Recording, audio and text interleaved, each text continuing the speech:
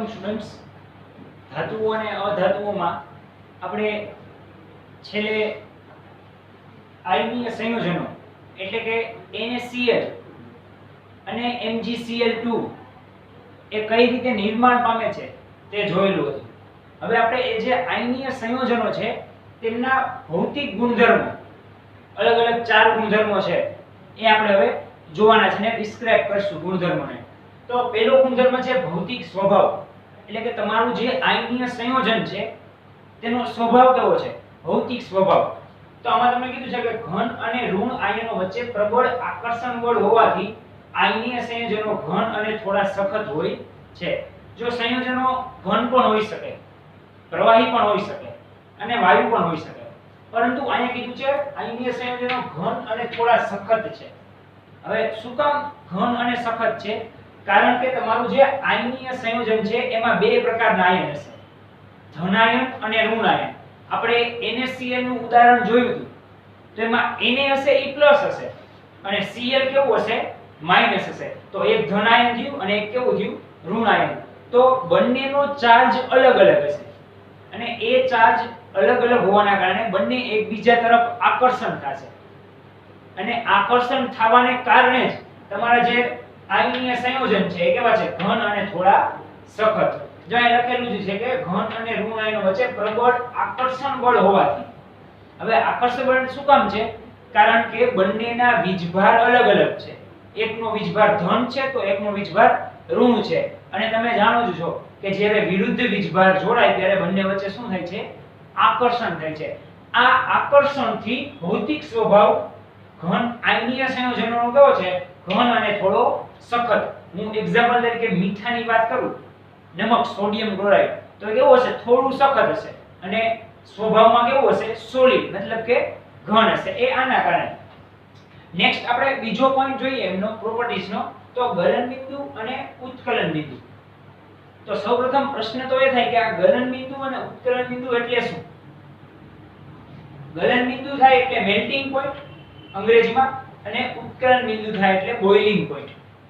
તો હવે પ્રશ્ન થાય ગલન બિંદુ એટલે કે મેલ્ટિંગ પોઈન્ટ એટલે શું?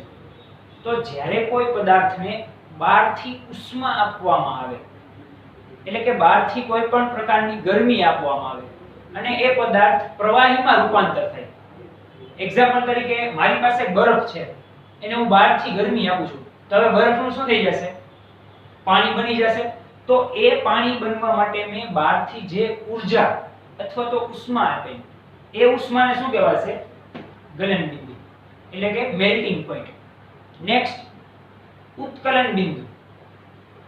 ઉત્કલન બિંદુ એટલે શું કે મારી પાસે કોઈ પ્રવાહી છે અને એને હું બાહ્ય ઊર્જા આપું અને એ ઊર્જાથી એ પ્રવાહીનું વરાળ સ્વરૂપમાં રૂપાંતર થઈ જશે.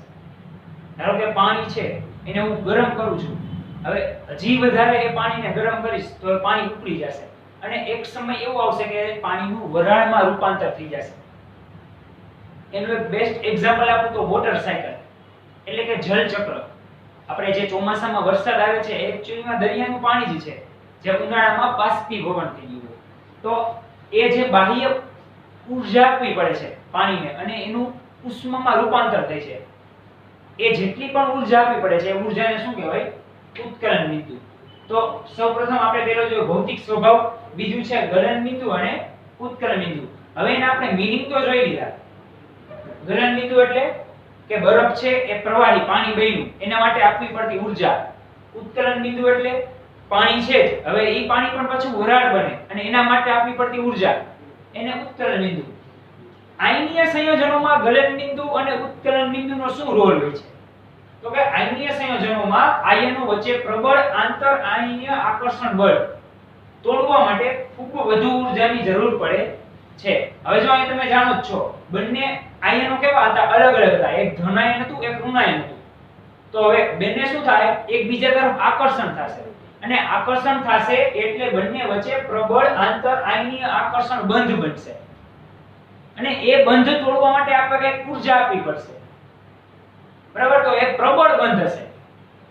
ધારો કે આ Na છે અને આ Cl છે, Na+ છે, Cl- છે, બંને જોઈન થઈ ગયા.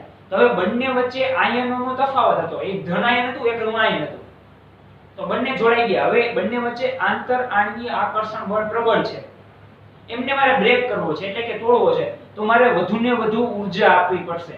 કારણ કે બેને વચ્ચે રહેલો બંધ કેવો છે? પ્રબળ છે. પ્રબળ બંધ હોય ત્યારે તમારે ઊર્જા વધુ આપવી પડશે. એટલે આથી ગલનબિંદુ અને ઉત્કલનબિંદુ પણ કેવા હોય છે? ઊંચા. કારણ કે જેમ તમે ઊર્જા વધુ આપો એમ તમારા ગલનબિંદુ અને ઉત્કલનબિંદુ પણ ઊંચા. જેમ બંધ નિર્બળ એમ તમારા ગલનબિંદુ અને ઉત્કલનબિંદુ પણ નીચા હશે.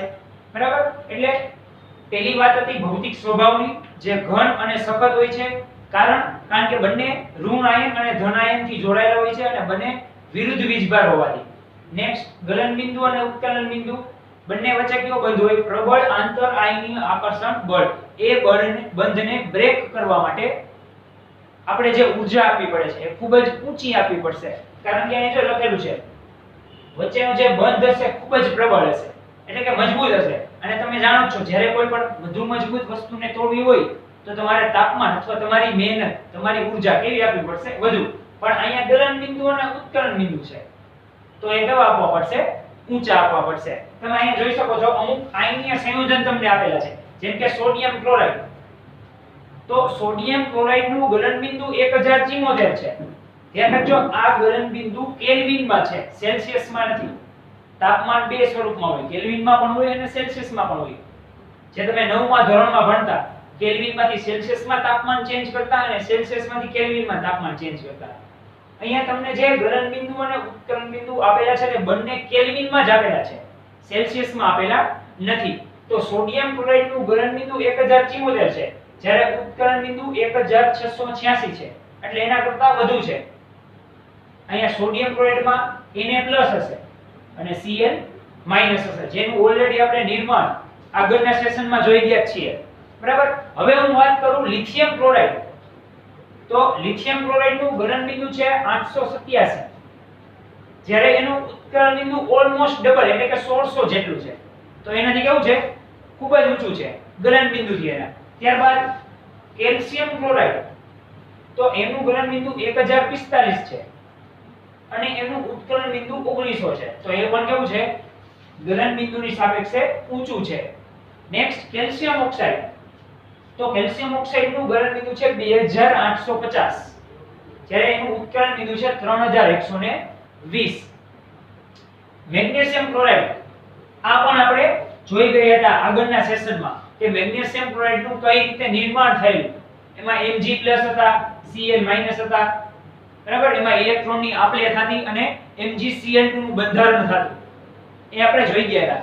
તો MgCl2 નું ગલનબિંદુ છે 981, જ્યારે એનું ઉત્કલનબિંદુ છે 1685, એટલે કે ડબલ જેટલું. તો તમે જોઈ શકો છો અહીંયા બધા આયનીય સંયોજનોમાં ગલનબિંદુની સાપેક્ષે ઉત્કલનબિંદુ ઊંચા છે. બરાબર? એટલે તમારે આ બધા યાદ રાખવાની જરૂર નથી, પણ કોઈ પણ 2 થી 3 તમને જો આ પ્રશ્ન પૂછાય તો ગલનબિંદુ અને ઉત્કલનબિંદુનો ડેટા લખીને તમે આમાંથી કોઈ પણ 2 થી 3 લખી શકો છો. ઓકે, હવે આ વાત થઈ ગલનબિંદુ અને ઉત્કલનબિંદુની. હવે આપણે જોઈએ દ્રાવ્યતા. દ્રાવ્યતા એટલે શું? કે કોઈ પણ વસ્તુનું ઉગળવું, દ્રાવ્ય થવું. તો અહીંયા કઈ દ્રાવ્યતા, આયનીય સંયોજનોમાં દ્રાવ્યતાનો મીનિંગ શું હોય છે? તો કે આયનીય સંયોજનો સામાન્ય રીતે પાણીમાં દ્રાવ્ય હોય છે. ધારો કે મીઠું છે એક પ્રકારનું આયનીય સંયોજન છે. બરાબર? હવે મીઠાને તમે પાણીમાં નાખશો તો શું થશે? પાણીમાં ઓગળી જશે. બરાબર? પરંતુ આ આયનીય સંયોજનો પેટ્રોલ અને કેરોસીન જેવા કાર્બનિક દ્રાવકોમાં દ્રાવ્ય હોતા નથી, એટલે કે એમાં અદ્રાવ્ય હોય છે.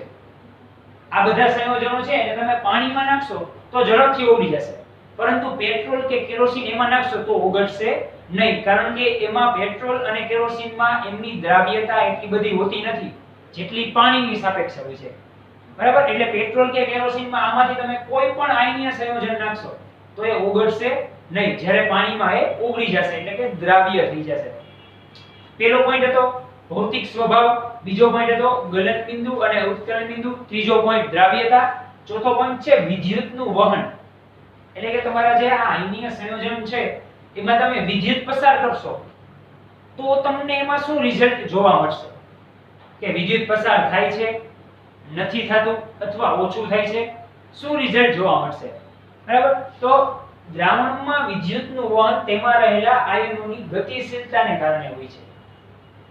કોઈ પણ દ્રાવણ હોય, ધારો કે NaCl નું દ્રાવણ છે, સોડિયમ ક્લોરાઇડ નું દ્રાવણ, બરાબર. હવે એમાં બે આયન હશે, એક ધન આયન હશે અને એક ઋણ આયન હશે. તો એમાં એની ગતિશીલતા આયનોના કારણે હોય છે. એ ગતિ કરે છે, એ કેના કારણે કરે છે? બે અલગ અલગ આયનના કારણે, ધન આયનના કારણે અને ઋણ આયનના કારણે, એટલે કે Na ના કારણે અને Cl ના કારણે, બરાબર. તો આથી દ્રાવણમાંથી વિદ્યુત પ્રવાહ પસાર કરવામાં આવે તો વિરુદ્ધ વિદ્યુત ધ્રુવો તરફ ગતિ કરે છે.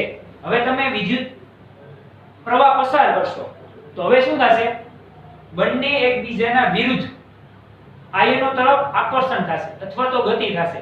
પ્લસ હશે એ માઈનસ તરફ જશે, એટલે કે બંનેનું આકર્ષણ થશે, અને માઈનસ નું પ્લસ બાજુ આકર્ષણ થશે. આમને હું સિમ્પલ તરીકે તમને સમજાવું તો કંઈક એમ થાય કે ધારો કે મારી પાસે બીકર છે, એમાં સોડિયમ ક્લોરાઇડ નું દ્રાવણ છે લિક્વિડ ફોર્મમાં. હવે એમાં હું વિદ્યુત પસાર કરીશ તો સોડિયમ ક્લોરાઇડ નું દ્રાવણ છે એટલે સ્વાભાવિક છે એમાં ધન આયન પણ હશે, એટલે કે Na પ્લસ હશે, અને Cl કેવા હશે? માઈનસ, એટલે ઋણ આયન પણ અંદર હશે. હવે હું વિદ્યુત પસાર કરીશ તો શું થશે? બંને એકબીજાના વિરુદ્ધ વીજભાર તરફ ગતિ કરશે. પ્લસ હશે એ માઈનસ તરફ અને માઈનસ હશે એ પ્લસ તરફ અંદરો અંદર ગતિ કરવા લાગશે, એટલે ગતિશીલતા ધરાવશે. આથી આયનીય સંયોજનોનું દ્રાવણ કેવું હશે? સુવાહક હશે. સુવાહક એટલે શું? એમાંથી વિદ્યુત પસાર થાય છે. હવે એ આપણને કેમ ખબર પડી વિદ્યુત પસાર થાય છે? કારણ કે આયનોની ગતિ ચાલુ થઈ ગઈ.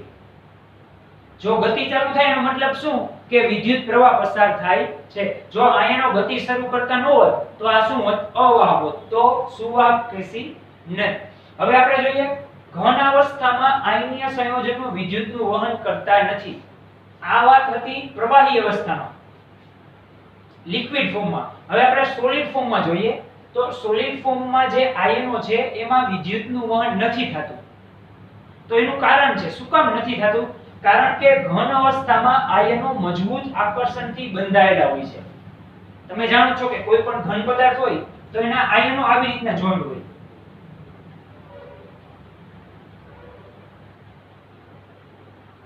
બંને વચ્ચે કેવું હશે? અંતર ખૂબ જ મજબૂત હશે.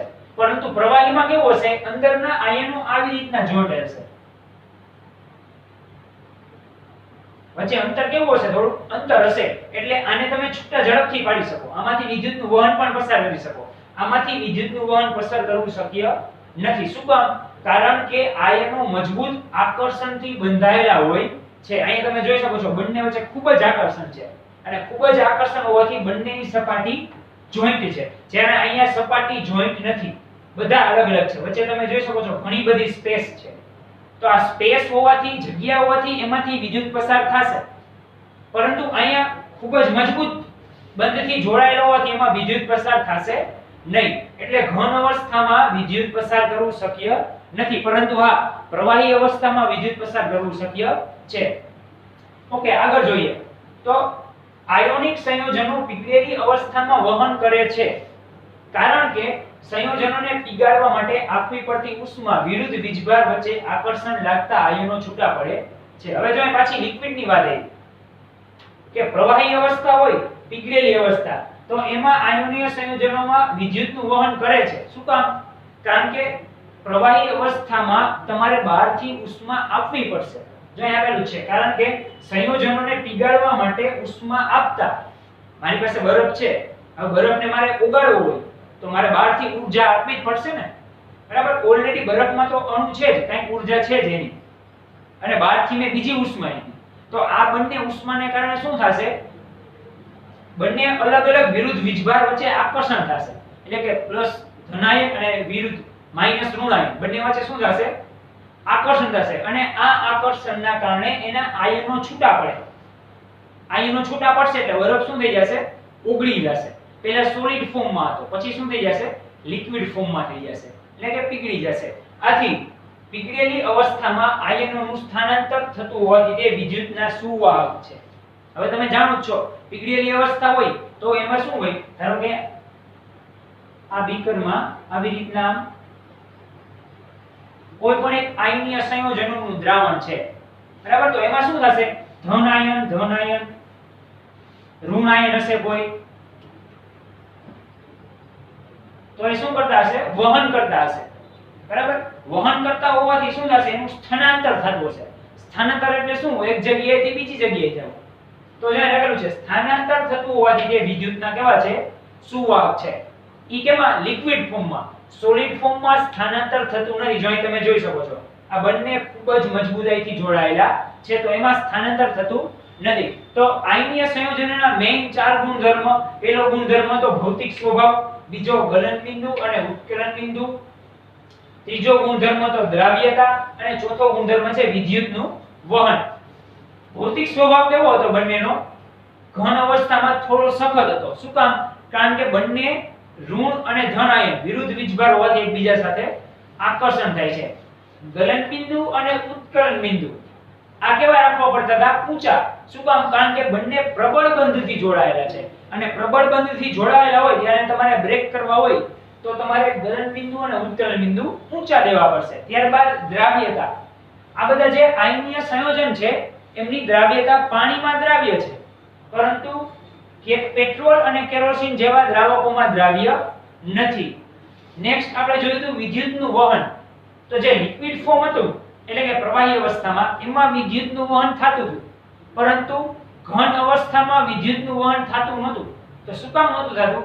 કારણ કે ઘન અવસ્થામાં અણુઓ ખૂબ જ મજબૂતાઈથી જોડાયેલા હોય છે. બંને વચ્ચે આકર્ષણ ખૂબ જ હોય એટલે બંને જોઈન્ટ થઈ ગયા હોય, વચ્ચે સ્પેસ હોતો નથી. જ્યારે પ્રવાહી અવસ્થામાં વચ્ચે જગ્યા હોય છે અને બંનેના અણુઓ એટલે કે આયનો, ધન આયન અને ઋણ આયન એ ગતિ કરતા હોય છે, સ્થાનાંતર કરતા હોય છે.